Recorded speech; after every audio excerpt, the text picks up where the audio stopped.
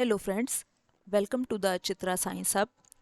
Today's topic is the conformation of butane. First of all, what are conformational isomers? Conformational isomers क्या होते हैं हमारे? Conformational isomers are non-superimposable but easily interconvertible by rotation about single bond. Conformational isomers जो होते हैं हमारी non-superimposable लेकिन एक दूसरे में इंटरकन्वर्टेबल फॉर्म्स होती हैं। जैसे हमारे ये एग्जाम्पल में दिखाई दे रहा है, ये हमारे इथेन के दो कन्फर्मर्स हैं, फर्स्ट वाला स्टैगर्ड, सेकंड वाला एक्लिप्स्ड। तो दोनों फॉर्म एक दूसरे में इंटरकन्वर्टेबल हैं। Next, conformations of butane.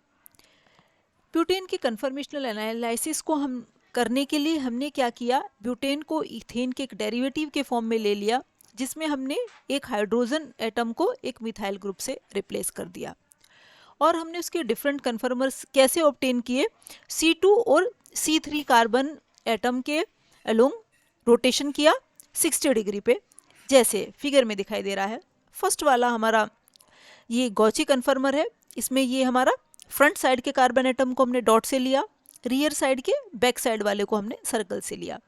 इस फ्रंट साइड के कार्बन एटम के साथ अटैच 3 ग्रुप हैं, एक ये मिथाइल, एक हाइड्रोजन और ये हाइड्रोजन। इसी तरह से जो बैक साइड का, जो रियर साइड का कार्बन एटम पे है, इस पे आपके 3 ग्रुप अटैच हैं, एक मिथाइल, ये हाइड्रोजन और ये हाइड्रोजन।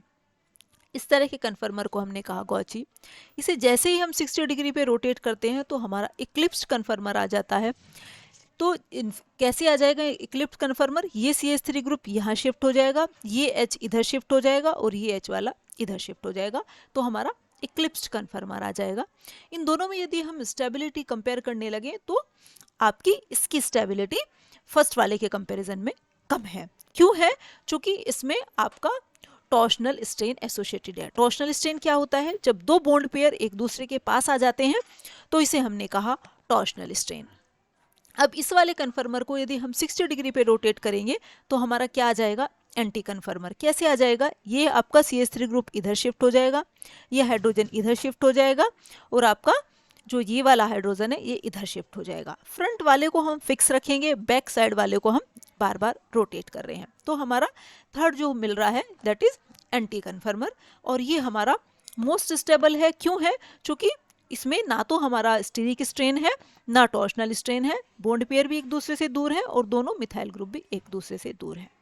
अब इस वाले को यदि हम फिर से 60 डिग्री पे रोटेट करें तो फिर से हमारी इक्लिप्स्ड कन्फर्मर आ जाएगा, जो बिल्कुल हमारे सेकंड के तरह से ही है। तो इसके साथ भी आपका जो है टॉर्शनल स्ट्रेन एसोसिएटेड है। अब इस वाले को हम अगेन यदि फिर से 60 डिग्री पे रोटेट कर देंगे तो फिर से फर्स्ट वाले कन्फर्मर की तरह ही आ जाएगा, गॉची कन्फर्मर आ जाएगा।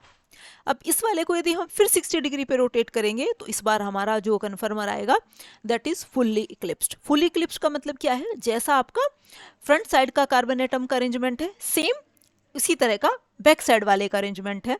और इस वाले के साथ आपका दोनों तरह के स्ट्रेन एसोसिएटेड है, टॉर्शनल स्ट्रेन भी और स्टेरिक स्ट्रेन भी। टॉर्शनल स्ट्रेन अभी आपको बताया कि जब दो बॉन्ड पेयर एक दूसरे के पास आ जाते हैं तो दोनों का इलेक्ट्रॉन क्लाउड एक दूसरे को रिपेल करता है, इस चीज़ को हम कहते हैं टॉर्शनल स्ट्रेन। और जब दो बल्कि ग्रुप एक दूसरे के पास आ जाते हैं, इस तरह के स्ट्रेन को हम कहते हैं स्टेरिक स्ट्रेन।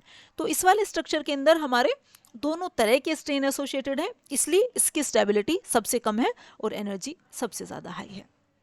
तो इस तरह से हमें हमारे दो गॉची कन्फर्मर मिल गए, फर्स्ट और फिफ्थ, दो पार्शियली इक्लिप्स्ड कन्फर्मर मिल गए, सेकंड और फोर्थ, और एक आपका एंटी कन्फर्मर मिला, एक फुली इक्लिप्स्ड मिला। तो ब्यूटेन के हमारे 3 स्टैगर्ड कन्फर्मर हो गए, फर्स्ट, थर्ड और फिफ्थ। कन्फर्मर थर्ड जो है इसमें मोस्ट स्टेबल है। क्यों है? क्योंकि दो मिथाइल ग्रुप जो है एंटी कन्फर्मर में एक दूसरे से बहुत ज़्यादा दूरी पे हैं। फर्स्ट और फिफ्थ को हमने कहा गॉची कन्फर्मर और थर्ड को कहा एंटी। अब जो है there is no steric strain in gauche conformer then in the anti conformer. जो आपका गॉची कन्फर्मर में जो है एंटी के कंपैरिजन में ज़्यादा स्टेरिक स्ट्रेन होता है। क्यों? क्योंकि दो मिथाइल ग्रुप जो है गॉची कन्फर्मर में एंटी के कंपैरिजन में एक दूसरे के पास आ जाते हैं, इस चीज़ को हमने कहा गॉची इंटरेक्शन। अब जो कन्फर्मर 6 है, जो फुली इक्लिप्स्ड कन्फर्मर है हमारा, ये लीस्ट स्टेबल है दूसरे इक्लिप्स्ड कन्फर्मर के कंपैरिजन में। दूसरे इक्लिप्स्ड कन्फर्मर कौन से हैं? सेकंड और फोर्थ। तो ये लीस्ट स्टेबल क्यों है? क्योंकि इसमें दोनों मिथाइल ग्रुप एक दूसरे के बहुत पास आ जाते हैं। तो इस वजह से इसमें स्टेरिक स्ट्रेन एसोसिएटेड हो जाता है, इसलिए हमारा 6 वाला कन्फर्मर जो होता है लेस स्टेबल है। अब जो हमारे जो बाकी के इक्लिप्स कन्फर्मर हैं उनके अंदर हमारा टॉर्शनल स्ट्रेन और स्टेरिक स्ट्रेन एसोसिएटेड है, लेकिन जो हमारा 6 कन्फर्मर है इसके अंदर सबसे ज़्यादा स्ट्रेन है।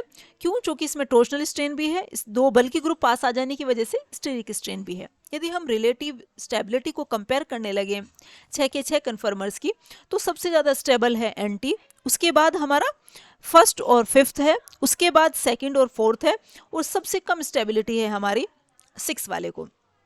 इसे ही हम एनर्जी प्रोफाइल डायग्राम के हेल्प से एक्सप्लेन करेंगे।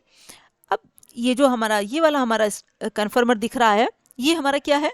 फुली एक्लिप्स्ड। इसमें क्या है? हमारी सबसे ज़्यादा एनर्जी है और स्टेबिलिटी सबसे कम है। अब इससे जैसे ही हम गॉची कन्फर्मर की तरफ आएंगे तो एनर्जी हमारी कम हो जाएगी और स्टेबिलिटी बढ़ जाएगी। इससे आपका गॉची से जैसे ही हम पार्शियली इक्लिप्स की तरफ चलेंगे तो एनर्जी फिर से हमारी बढ़ जाएगी और स्टेबिलिटी घट जाएगी। अब इक्लिप्स से जैसे ही हम एंटी कन्फर्मर की तरफ आएंगे तो अगेन हमारी एनर्जी और ज़्यादा कम हो जाएगी, और हमारा जो एंटी कन्फर्मर है ये हमारा मोस्ट स्टेबल है और इसकी एनर्जी हमारी सबसे कम होती है। अब एंटी से जैसे ही हम फिर से पार्शियल इक्लिप्स की स्ट्रक्चर की तरफ चलेंगे, एनर्जी फिर से हाई हो जाएगी।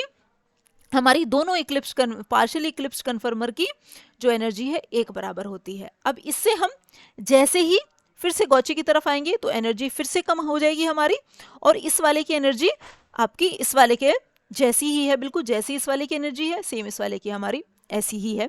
अब इससे हम अगेन फिर से जब हम फुल इक्लिप्स की तरफ को आते हैं, एनर्जी फिर से हमारी सबसे ज़्यादा हाई हो जाती है और स्टेबिलिटी हमारी सबसे कम हो जाती है।